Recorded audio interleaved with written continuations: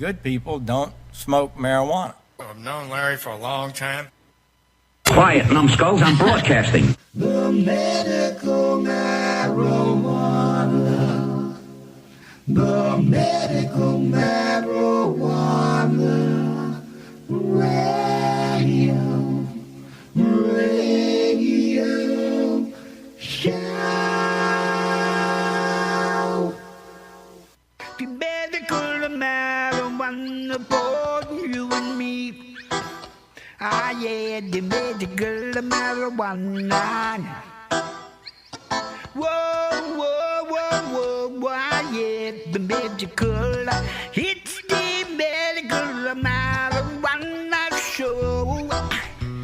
You will know. Good evening, everybody. Welcome to another edition of Medical Marijuana Radio. This one is for Saturday, the 18th of August, 2018. I'm your host, Larry Love. We're here every week to bring you the latest information on the medical uses of cannabis and the fight for the legalization use for adults. And this week I have a very interesting interview with Ari Sherman. Ari is from EVO Hemp, and they just got into Walmart some CBD tincture products. Even though it doesn't say CBD, there is cannabidiol on there, and we'll talk about why you can and cannot make certain claims when selling CBD or cannabidiol. So we'll be doing that in just a little bit.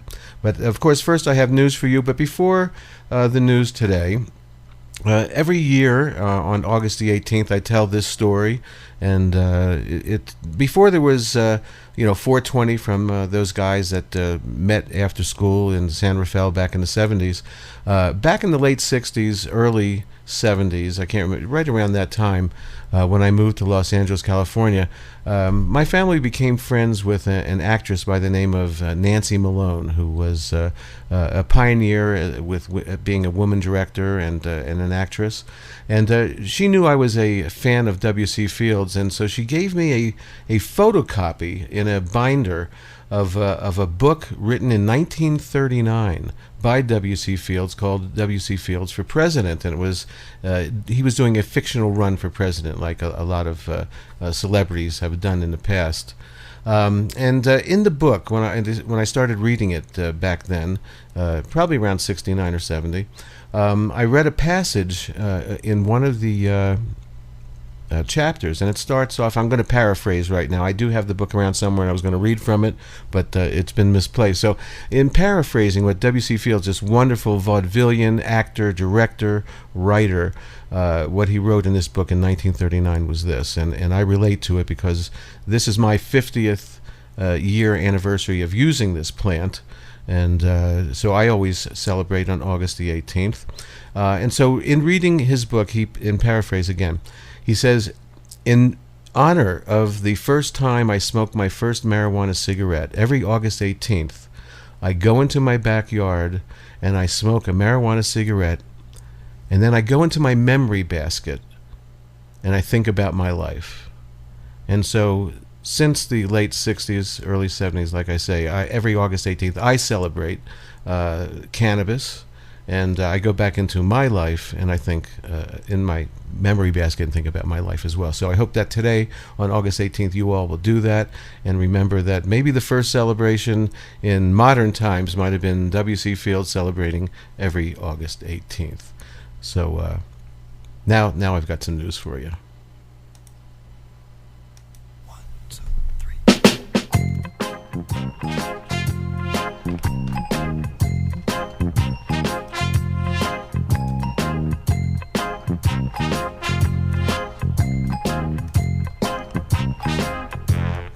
Okay, so first up, from CannabisNow.com, confusion surrounds new Dr. Gupta's hemp CBD products. Now, you got to be very careful out there when you buy CBD products. You don't know, you got to find out how much CBD, milligrams are in your product, how much it's costing you. You should always divide the amount of CBD by the how many dollars. You can find out how many milligrams it's costing you.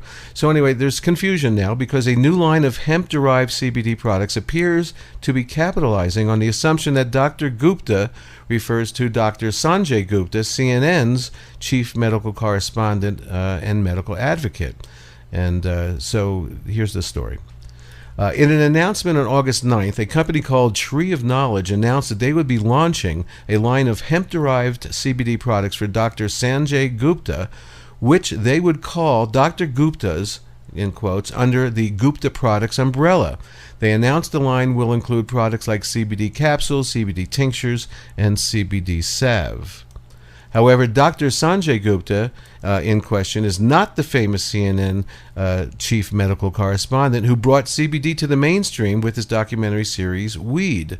Instead, Dr. Sanjay Gupta, endorsing the CBD products, is the president of the American Pain Association and director of a show called Health Time TV.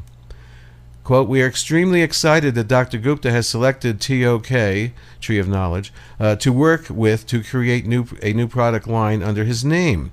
We see this as an extraordinary partnership where we can combine our expertise in creating premium quality products with Dr. Gupta's worldwide name recognition, said Tree of Knowledge CEO Jean-Paul Galliard in an announcement. Unfortunately, the worldwide name recognition behind the name Dr. Sanjay Gupta is not exclusive to the renowned pain doctor, but in comments to Hemp Industry Daily, Tree of Knowledge Chair Michael Caridi scoffed at the idea that Dr. Gupta's product line was intentionally ambiguous about which Dr. Gupta was endorsing the product. The way consumers are going to tell them apart is they're going to go to doctors in the Pain Association and hear about it there, Cardi told the outlet. In the initial press release on Dr. Gupta's product line, the Tree of Knowledge did not draw a clear distinction between the two doctors or outright state that their Dr. Gupta was not the famous CNN reporter. In a tweet on August 13th, CNN's Dr. Gupta, the real guy, responded to the initial news stories that broke about Dr. Gupta's product line, which including on Cannabis Now, which is what we're reading from, reported that chief medical correspondent had endorsed the hemp-derived CBD products. In his tweet, Dr. Gupta from CNN says, I quote, I haven't partnered with anyone and have never endorsed any products. It's unclear if the forthcoming Dr. Gupta's products will make it clear on their labeling which Dr. Gupta is endorsing the products. So this Tree of Knowledge is actually a publicly traded company on the Canadian Securities Exchange. So be careful what you're buying out there, and we're going to talk all about that with Ari Sherman from EVO Hemp just after the news. So next up,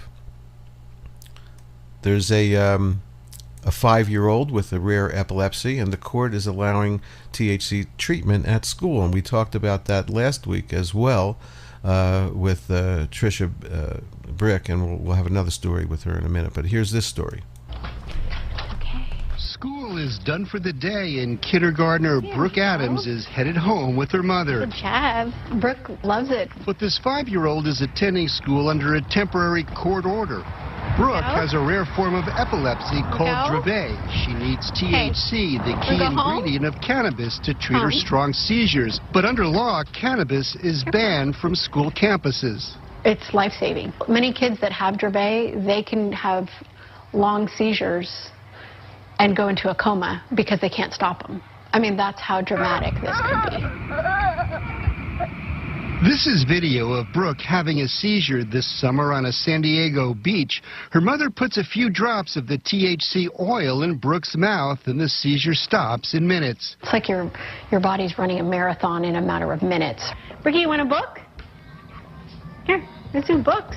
Brooke can't be in school without the THC oil close by, but the Rincon Valley Union School District worries that allowing a banned drug in class could jeopardize millions of dollars in federal funds. The district says the courts need to clarify whether a school district is allowed, quote, to place a student on a school campus and administer her medical cannabis in that setting despite legal requirements to keep that same medical cannabis off school campuses. I don't see the federal government coming in and taking us off to jail or, losing their funding because one kid is taking medicine that saves their life. An administrative law judge ruled last month Brooke and her THC oil can attend school for now, pending a final ruling. Currently, the young girl has a full-time nurse at school who carries the medication. Brooke and her mom hope she doesn't have to leave school. I think that'll be devastating. So I'm hoping the judge will realize how, insignificant it is to have her medication on campus. The lawyers have about 2 weeks to submit their final arguments. Then an administrative law judge is expected to decide, perhaps by the end of September, whether Brooke can remain in school with her medication. In Santa Rosa, Rob Roth, KTVU, Fox 2 News. So that's Santa Rosa, California, where you have legal adult use cannabis and you have legal medical cannabis for all these years, and still they're fighting for the discrimination that is being shown about using cannabis in school by nurses. Every school's got a nurse, so still fighting that in California where everything is legal. Last week we had Tricia Brick from New Mexico, Albuquerque, on, and here's an update on that story, along with another mom here in New Mexico fighting for the same thing. Parents across the nation are finding that medical cannabis is giving their kids with a variety of conditions a life they've never known before. But there's one major problem. That medication is not allowed in school. Well, Brittany Costello joins us now. And Brittany, 2 women are hoping to change that here in New Mexico. That's right, Tessa's Steve. Lindsay Sledge and Tisha Brick are only asking for the same quality of life and education all other students have access to. But they've both been forced to pull their children from school. Now the fight goes to the next level. She's a beautiful 5-year-old girl. If her helmet and streamers don't give it away, she's colorful and adventurous. But life for Paloma Sledge Guba is anything but a ride in the park. In the 3 years before we moved here, I had to call 911 over 20 times. Paloma has a rare condition called Dravet syndrome. It's a form of epilepsy that causes hard-to-control seizures. Hers started at just 5 months old. The only medicine that's worked is cannabis. Our life has greatly improved since she's been on cannabis. But according to state law, even medical cannabis is not allowed in school. Last year, while she attended pre-K at an APS school, Sledge's only option was to literally sit outside in the parking lot and wait for something to happen. One day last summer, she had a seizure, and so I ran to get her. She fell over, hit her head pretty hard, so she's bleeding. And the principal at the time was trying to get me to go to the nurse, and I was saying, I've got to go to the parking lot to give her medicine. Paloma has since been pulled from her school.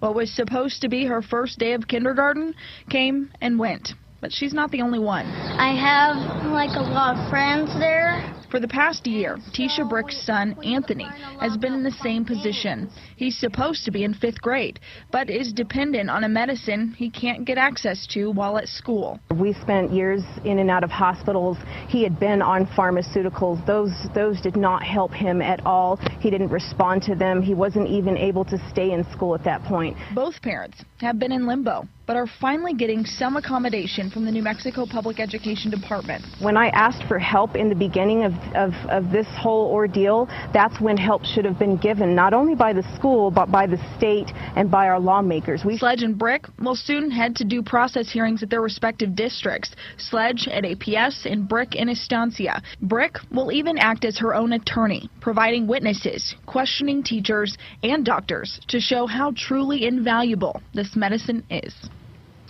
Brick's due process hearing will start this coming Monday. Sledge will have hers the following week. It is open to the public. Sledge tells us she is also working with lawmakers to create a bill to protect other children and parents around the state going through the same thing. Back to you. And if you're in Albuquerque or in New Mexico and you want to support these ladies, there's information online on Tisha Brick's Facebook page on how you can support by going down to this meeting. In Utah, they're fighting very hard also. There's a family that needs medical cannabis for their son, and if things don't work out well in Utah, they're going to have to move to Colorado because that's what's best for the health of their son. And of course, there's all kinds of religious feelings and so forth going on in Utah. So I have two reports on that. Here's the first one. We introduced you to the Cromar family. Their son Holden has epilepsy, and they say medical cannabis really works for his symptoms. But they say they've run out of options here in Utah and will have to move back to Colorado. News 4 Utah's Lauren Mathias has an update on their difficult decision to leave the state they love. I'm sorry. 11-year-old Holden had suffered with epilepsy so severe, often more than 100 seizures a day, that doctors suggested removing a part of his brain. But then Holden's parents saw their little boy go from this to this after trying medical cannabis. He was having less than half of what he was having before. And then cognitively, it was like a reawakening of his mind. So to see personality has been amazing. As active members of the LDS Church with support from neighbors and friends, they got involved and worked to see medical cannabis on the November ballot. Proposition 2 would legalize marijuana for people like Holden, those in need. We would go to the mall, we would go to Costco, we would go wherever we could go to get in front of people and just approach them, talk to them about Holden and about stories and miracles, really, that we had witnessed. But they say they were met with opposition. Once we got involved in the actual campaign and fighting for this, did I then realize just how much the church tries to, in a roundabout way, influence the opinion of the Utah community. A lawsuit filed Wednesday seeks to remove the issue from the ballot, claiming it goes against religious freedom. This is an issue about liberty. This is an issue about personal choice, medical freedom, not about religion. The Cromar's house in St. George is now listed. They say they'll move to Colorado as soon as it sells, where they can treat Holden with the whole plant immediately. Yes, we want to be able to come back for a wedding or a mission farewell or whatever it might be. And when we do, we're going to need Holden's medicine. And what we don't want to be is living in fear when we have to do that. In St. George, Lauren Mathias, News 4 Utah. Okay, and now, of course, because of the separation of religion and state, there is a faction in Utah, which is a very religious state, that went to, they're opposing, and they want a judge for a restraining order on the vote that's coming up in November. Here's this one, Channel Fox 13, Utah. Yeah, the lawsuit was filed against Utah's lieutenant governor to block him from putting it up before voters on the November ballot. But supporters of the medical cannabis initiative say this lawsuit is offensive.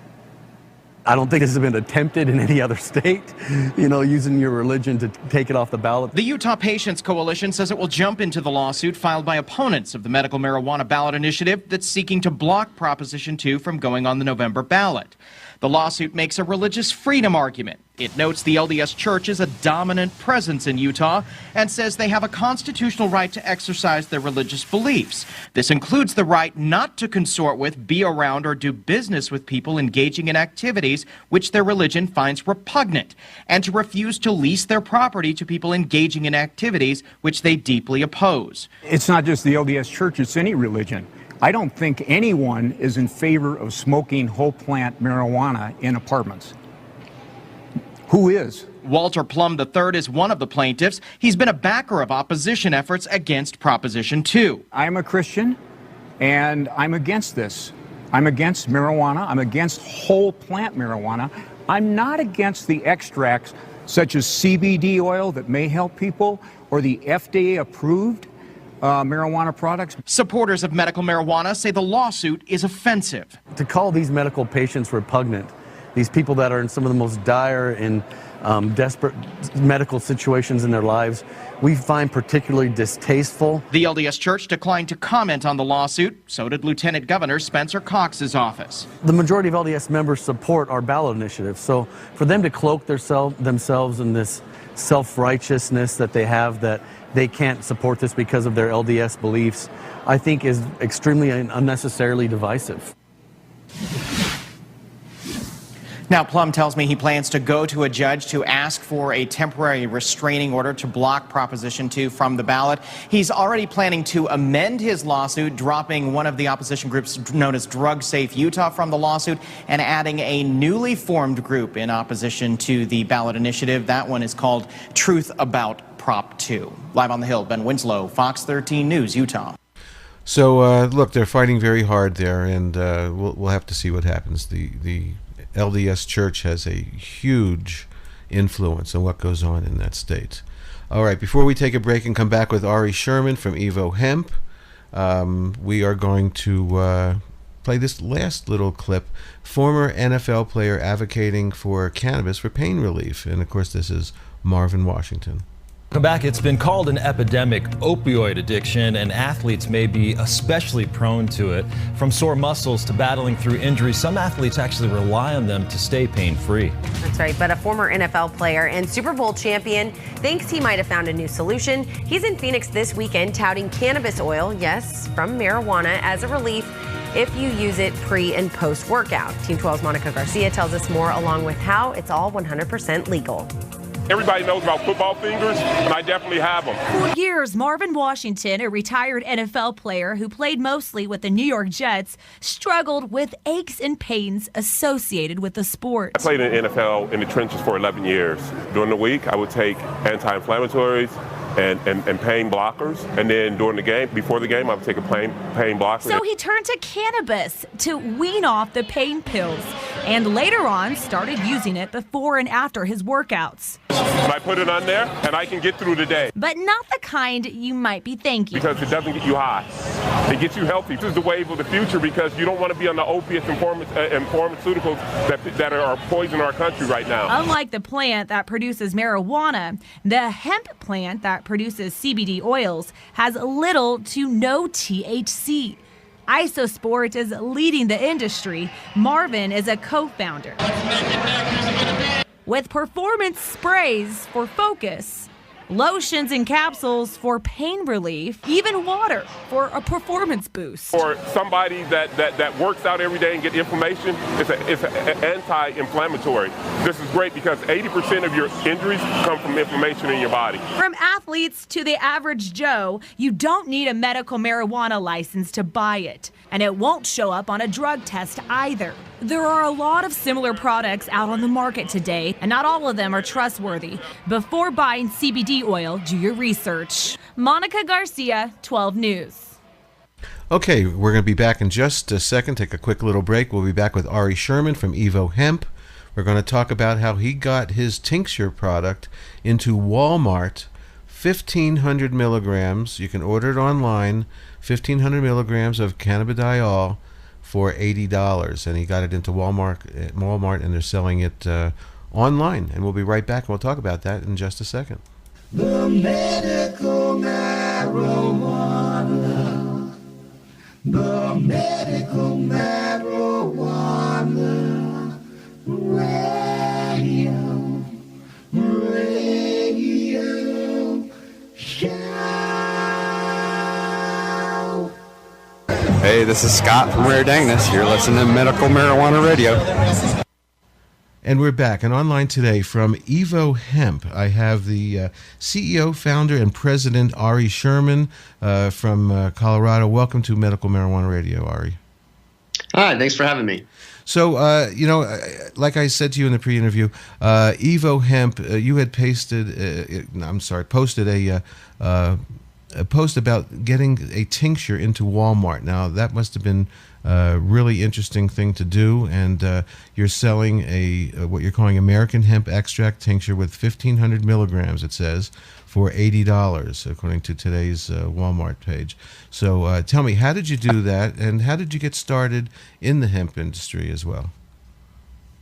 Yeah, absolutely. I'll go ahead and answer the second question first. So basically got into the industrial hemp industry about 6 years ago. I had a friend of mine whose name is Adam Dunn. He has a clothing company called Hemp Hoodlum. It was based in Europe and moved to the States about 7-8 years ago.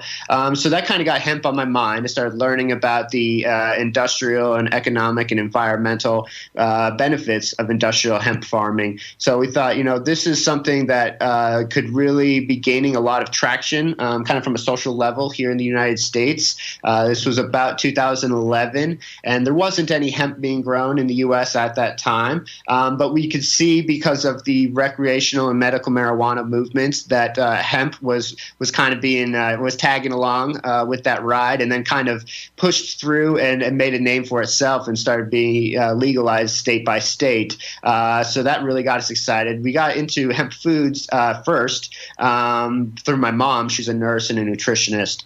She really got us into the nutritional benefits of the hemp seed. It's one of the best sources of plant-based protein out there, and it's also one of the best sources of omega-3 fatty acids. Right. And so with all this information, we thought, we really need to start getting hemp into more grocery store shelves. At that time, there was about 2 brands that sold, hemp seeds and a protein powder and maybe a seed oil. There really wasn't a lot of hemp food being incorporated into other like snack items.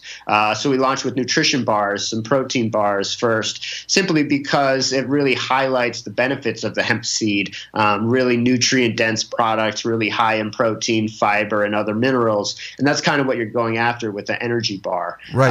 Let me just interrupt for a second and ask you a question. Yeah. So in those initial products, what was the CBD content like at that time? Yeah, so initially we held off on incorporating CBD into our products and mostly just position it from a pure plant-based protein standpoint, kind of an alternative to soybeans or flax seeds or pea protein. Really, the retail landscape in 2011, we were very well aware of the benefits of cannabinoids and non-psychoactive cannabinoids like CBD, but the retail landscape wasn't quite aware or really educated on those benefits. So we wanted to go a traditional grocery route. So we first launched with Whole Foods Market, and then soon the Kroger stores like King Soopers and a lot of those natural foods channels across the country. And at that time, this is around 2012, there was not CBD being sold in a brick and mortar grocery environment. And we really wanted to establish ourselves in the brand in that environment. And so we kind of waited to get into the CBD side and start incorporating CBD into our products until much later. It was about a year ago, which was around 2017, when we actually decided to pull the trigger and start launching the CBD products. And that came about from a couple of different directions. One of them was a lot of these retailers that we had been working with for the last 5 years, like Lucky's Market and some other ones, were really interested in carrying our CBD product line. They were very familiar with the brand and really appreciated the messaging that we were pushing with, reviving poor rural communities with industrial hemp farming. And the consumers had that trust within the brand name amongst that crowd. And so them in junction with, we were approached by a gentleman named Alex Whiteplume, who you may know. He first cultivated industrial hemp in 1999 and was seized by the DEA, and they raided his field. I actually did an interview with him a couple of years ago to be played at a conference. So yes, he's definitely a pioneer in the hemp industry for sure. So go ahead, tell me more about Alex and your products. Yeah, that's great. So Alex approached us about collaborating on some CBD-specific product lines. Alex recognized, kind of the mission behind our brand and really saw through that we were here for the right reasons. And that reason is we're really just trying to push the message of the plant and really want to get as many people to touch it and grow it and consume it as physically possible.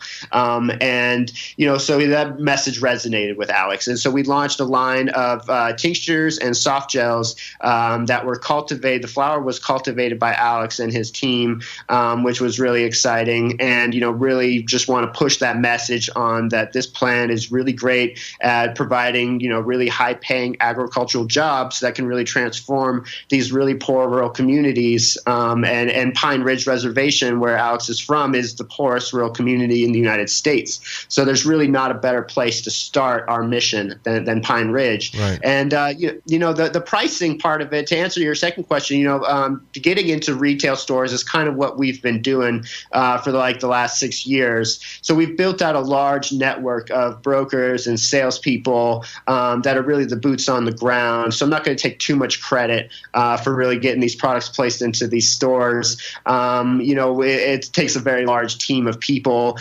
We've been talking with Walmart for a couple years now, and we've been selling our other products with them, the seeds and the protein powder and the seed oil.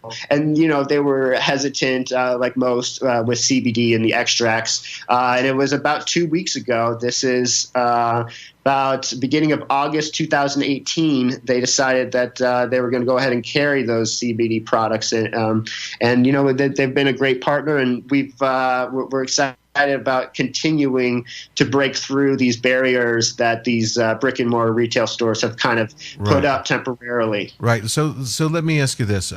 What are the restrictions about how you can market something like this, the American hemp extract? Because there is cannabidiol in here, right? There is CBD. And when you quote 1,500 milligrams, is that of CBD, or is that just total volume in the bottle? I mean, you do have listed on one of your websites all the testing that has been done, which is really excellent, because everybody should ask for testing. So tell me about what you can and cannot say in order to market this with CBD in it.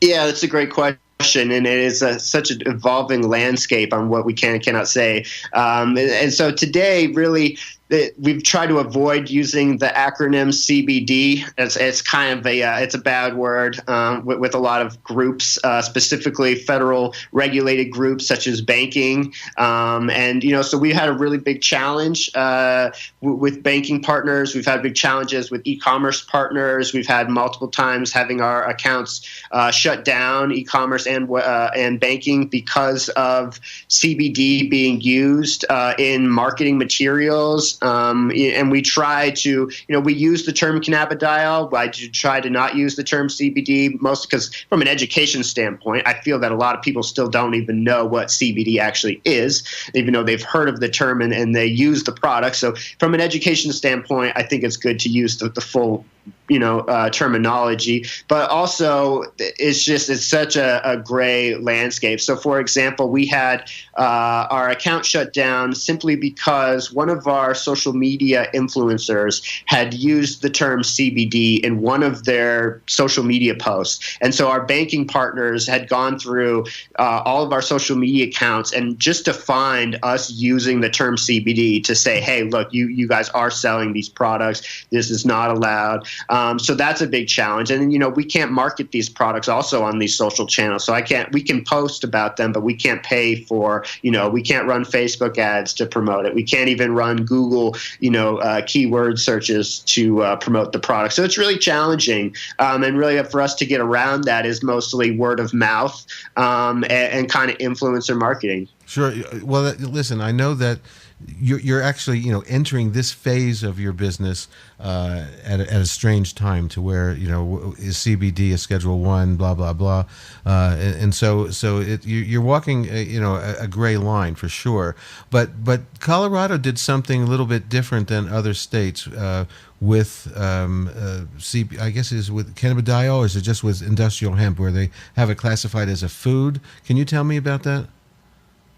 Yeah, absolutely. So Colorado has been really progressive as far as establishing a regulatory system around industrial hemp and then CBD, which I think a lot of the states and eventually the country will follow suit. Kind of what happened was there was a lot of people starting to have their little mom and pop shop kind of CBD operations that weren't really being regulated because they didn't have the framework put in place. And so to kind of combat the fear of, there's going to be like this bathtub CBD, like the bathtub gin after Prohibition, where people were just brewing alcohol in their homes. The Colorado Agriculture Department and the Colorado Health Department kind of went ahead and created a regulatory framework that is essentially just kind of mimics what they do with food anyways. So it's very similar to really any food product where you would register it with the Colorado Health Department. You would say, say where your food manufacturing facility is, so that they could come in and take a look and check and make sure that there was the safety and health protocols put in place and the procedures were there. And so they took it a little bit a step further and made a kind of a licensing procedure where you do have to get approval from the state, the Colorado Health Department, to actually operate a facility that manufactures CBD-infused products. And I think it's a great decision by Colorado government, and I think it's been well received by the industry as a whole. Yeah, it is definitely was a great idea, and that it is being proliferated now. It just makes a lot of sense. So I mean, we need to look at that on a national level as well. So speaking of that, how do you feel about the McConnell hemp bill? And there's some stuff in it that's really not good for a lot of people. So how do you feel about that, and how that's going to affect your business and other businesses in the hemp industry? Yeah, that's a tough question to answer, because like you had mentioned, there's a lot of really good things about that bill, and there's a lot of not so great things about that bill.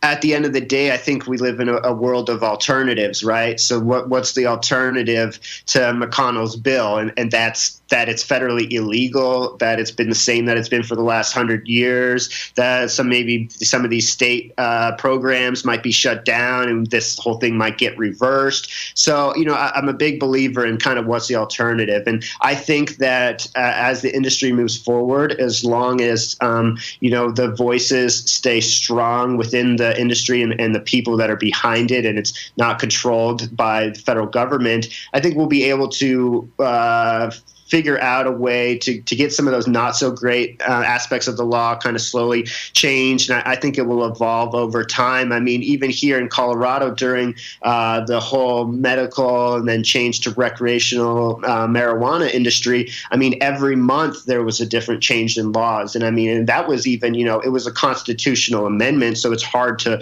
really change big part of it. But the little pieces, the regulatory parts, the kind of the fine details are always kind of changed slowly over time as they're figured out, and I think hemp will be the same way.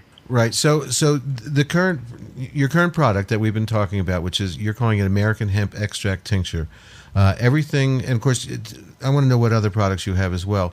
But everything is grown in the United States and tested. That's the important thing.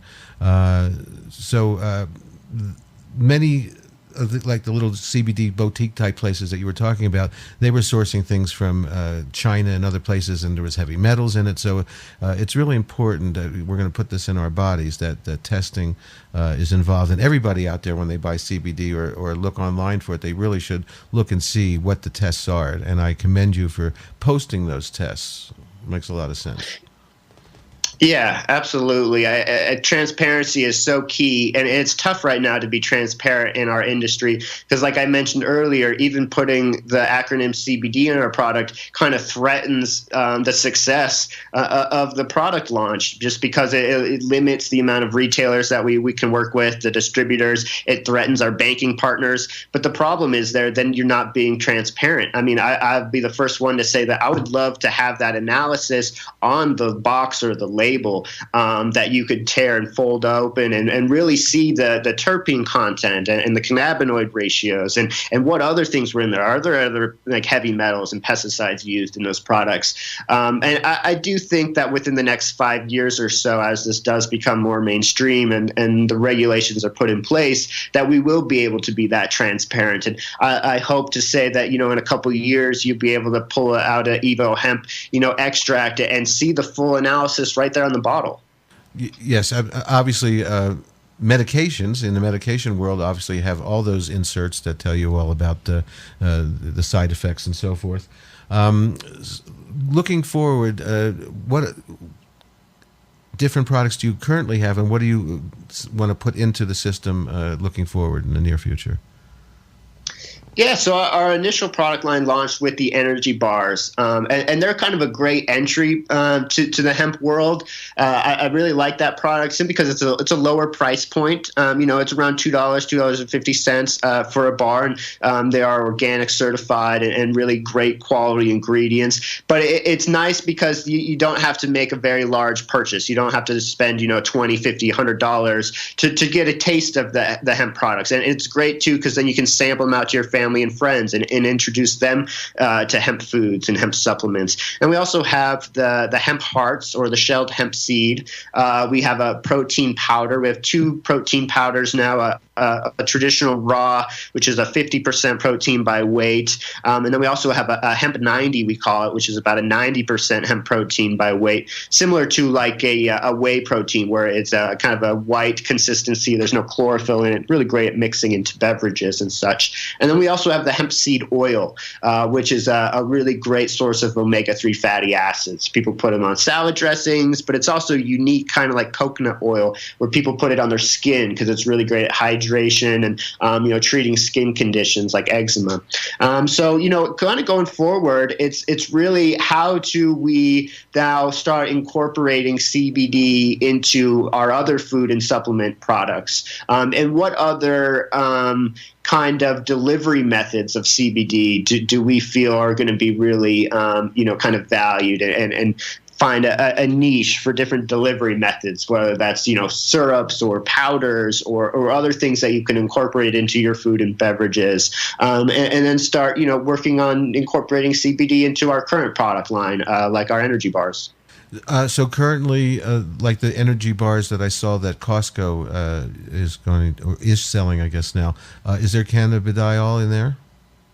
No, there's not. Obviously there's the trace amounts that you would normally find in a hemp product, but no, it's mostly focused on the organic source of plant-based protein.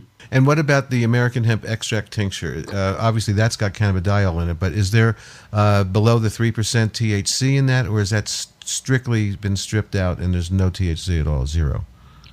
It is a full spectrum product, so there is about in the 1,500 milligram, I believe it's about 0.16% THC in that product. And the rest is all cannabidiol, so to speak.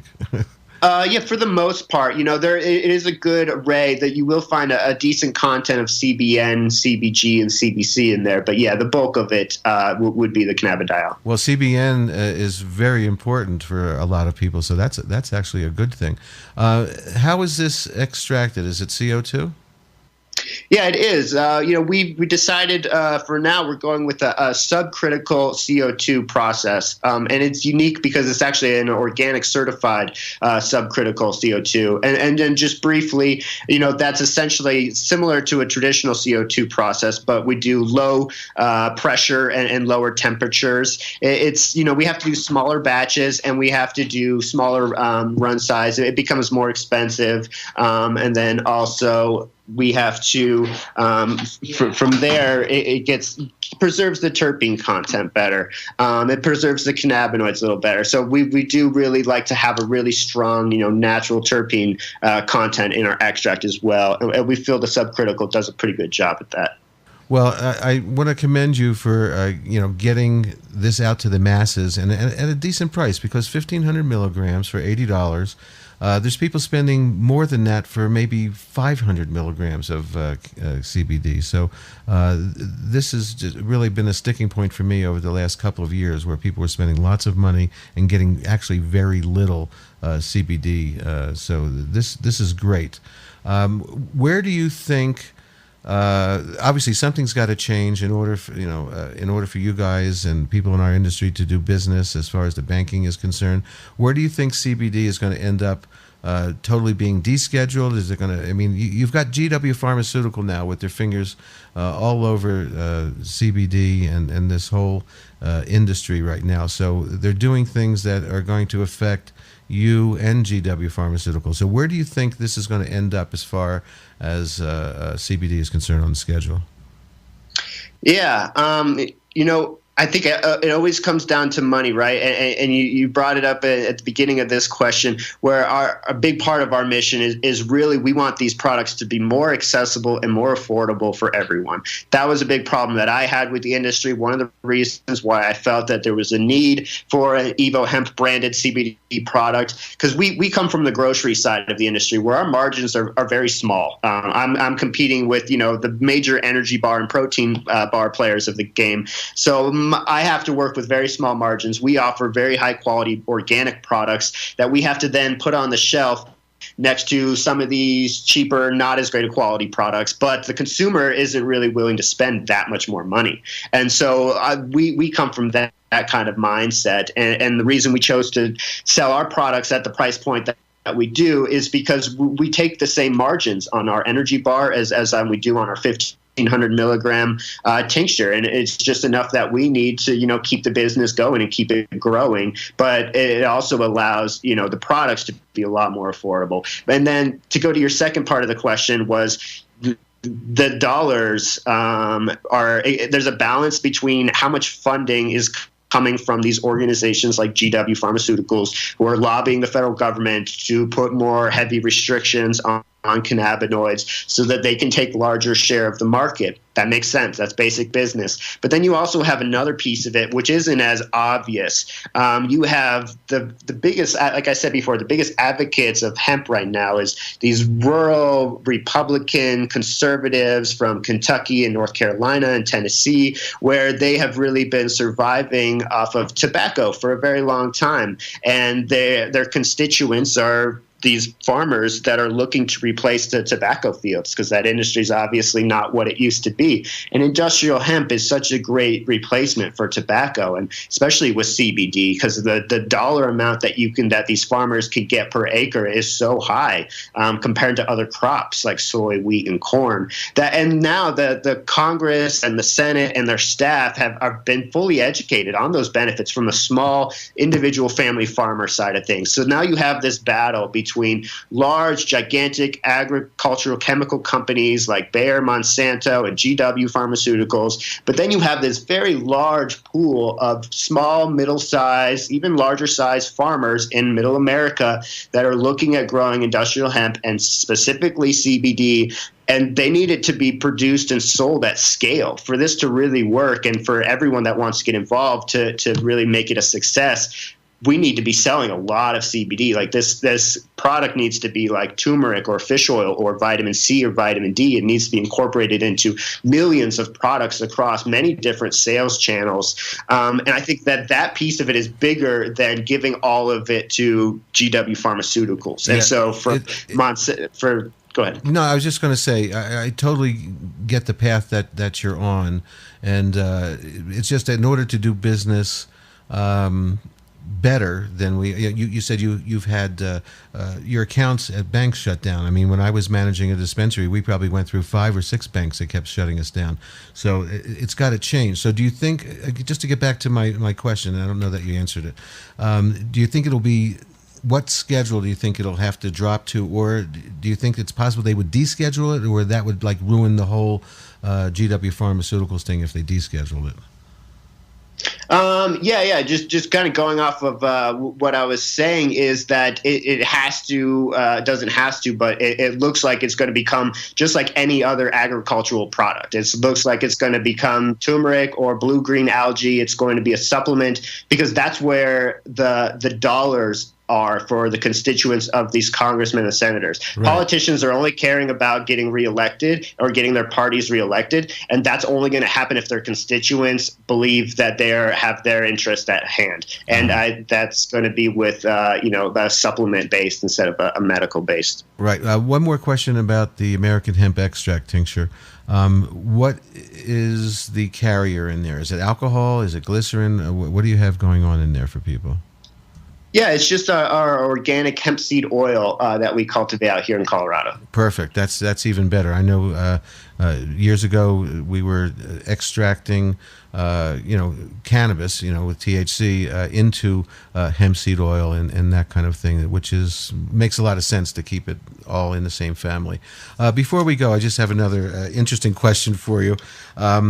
there's a lot of controversy between the HIA and the Hoban Law Group, and what's going on here and and what goes on in Canada and so forth. So, what side of the fence are you on, if you care to answer that question? Oh yeah, I mean, we're Switzerland over here at EVO Hemp. We don't have a stake in the game. I mean, we like and appreciate what people at Hoban are doing. We like and appreciate what people at the HIA are doing. We know that there's some conflicts and there's some clash there between the two, but there's always has been. I mean, this is not specific to the cannabis or hemp industry. Every single industry in the world has their different groups with their beefs, and I think the problem is we all need to get on the same message. It's hurting the growth. It's halting the growth of the movement by us saying that ethanol is better than CO2 or this product isn't safe or that. We all need to get on the same thing. I mean, it's most of the products that are out there are good products. Most of the companies that are out there are good companies. We all just need to realize that we're all on the same team, and there's no reason that there should be, especially between industry groups, conflicts. Right. Well, the only thing that really ruins the CBD industry and the medical cannabis industry, of course, is greed. And those are the things that just mess everybody up. It's people that are being greedy. And I've seen it, and I see it every day. And that's the shame of what's going on. Any last message you'd like to put out? And I know you can get the American Hemp Extract, 1,500 milligrams of cannabidiol at Walmart, www.walmart.com. It's not in the stores, right? It's just being shipped by them? Yeah, that's correct. For now, it is just being shipped for them, and we're still in talks about their brick and mortar stores. But yeah, the last thing I have to say is, feel free if anyone wants to reach out to me, Ari@hemphealth.com. Kind of big thing that EVO Hemp brand is trying to do is really just push the education forward. Like I said, there's a lot of great companies, a lot of great brands. We're not here. We're not the greedy ones. We're just trying to push the message. We're trying to educate. So check out our social channels at EVO Hemp on Facebook and Instagram and Twitter. We really try to push out a lot of good educational content from recipes to basic what's CBD kind of videos. You going to do any pet products? No, I get a lot of inquiries about, we're thinking about it. I do have a dog and that does consume CBD, and I have been amazed at the benefits of giving CBD to pets. I had an older husky that had a hard time walking, and after a few weeks of consistent CBD use, it was amazing what the reduction in inflammation had done on her, just overall health. So I'm a big advocate. I've seen it myself too, and it's actually amazing to watch a dog who's been having trouble be a little puppy again. It's unbelievable. So Ari Sherman, thank you very much. EVO Hemp, check out their product, and anytime any of you out there are looking to buy CBD, make sure you're getting a good amount of CBD for the money you're spending. Shop around and ask for the testing results which EVO Hemp will provide to you. So Ari Sherman, thanks a lot for talking to Medical Marijuana Radio today. I appreciate it. Thank you so much. I appreciate it. All right. We'll be right back after this.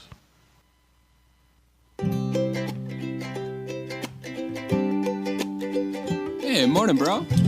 Oh, good morning. What are you eating there? I'm eating cereal with hemp seeds. Hemp seeds? You mean like marijuana? No, not like marijuana. They're hemp seeds. Hemp seeds? Like chia seeds or something? Here, let me tell you all about it. They're pretty awesome. There's so many reasons why I eat hemp seeds. It's a gift from nature that meets my body's needs. It feeds me the nutrients that help me thrive, so I can spend my time living fully alive. There's no right or wrong way to eat this yummy food. Just get it in your body to uplift your mood. Sprinkle it on a salad or blend it in a shake. Press it into oil and make no mistake. If you eat hemp every day, your body will change as your DNA and life start to rearrange. You'll feel more happy as you increase your health, which is truly the highest form of wealth. Ooh.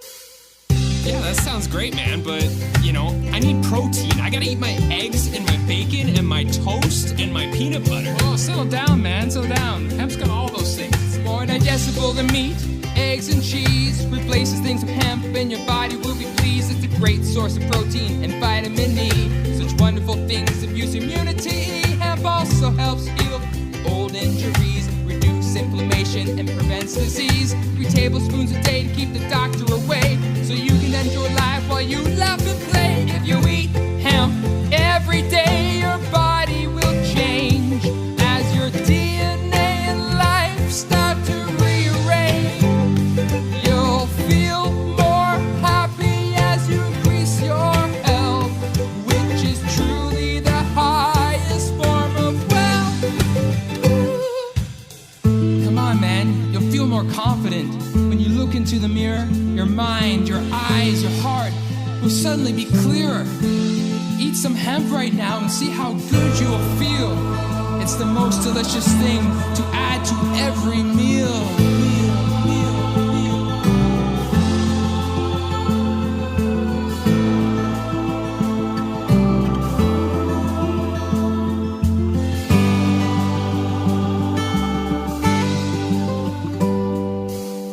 Oh my God, this is delicious! I can't believe I never knew about hemp! Have you tried this? This is the most amazing thing I've ever had! My body feels so alive! Oh, dude, awesome! I can feel myself digesting it right now! Oh my God! I feel so healthy! So pure! I need to tell the whole world about hemp, the way it just changed my life! Oh my God! Hey! Hey! Have you heard about hemp? If you eat hemp every day, your body will change as your DNA and life start to rearrange. You'll feel more happy as you increase your health, which is truly the highest form of wealth. If you're looking for health, then the stars have aligned, because here's a solution to bring hemp into your life. You can see all the benefits that I've shared and spread the goodness of hemp to all those that you care about.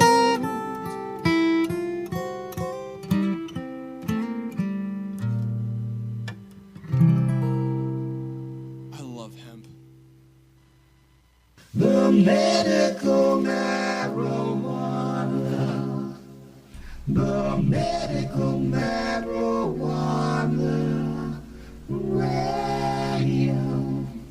Radio show. Well, I want to thank Ari Sherman from EVO Hemp. Check out their products. They're around, and they're at Walmart.com for that 1,500 milligrams of cannabidiol for $80. Do the math; it's worth it. Also, want to thank my 2 radio mentors, both with the initials HS. Thank you for your inspiration. If you'd like to be on the show, if you have a story to tell, a product to sell, if you're an advocate, if you're an activist, info at MMJRadio.com. Again, info at MMJRadio.com. You can hear our old shows at MMJRadio.com or MedicalMarijuanaRadio.com. Also, my YouTube channel is LSLove88. On SoundCloud, we are at MMJ Radio. Spreaker, and we're at MMJ Radio as well. Also on CannabisTube.net. On Spreaker and iHeartRadio, we're on the Time for Hemp Global Broadcasting Network. Also, we're on OnNowTV.com, channel 937. And we will have the CannaChannel.com up and running very, very soon. The medical marijuana. Peace and love. Peace and love. Shalom. And chaos where it needs to be.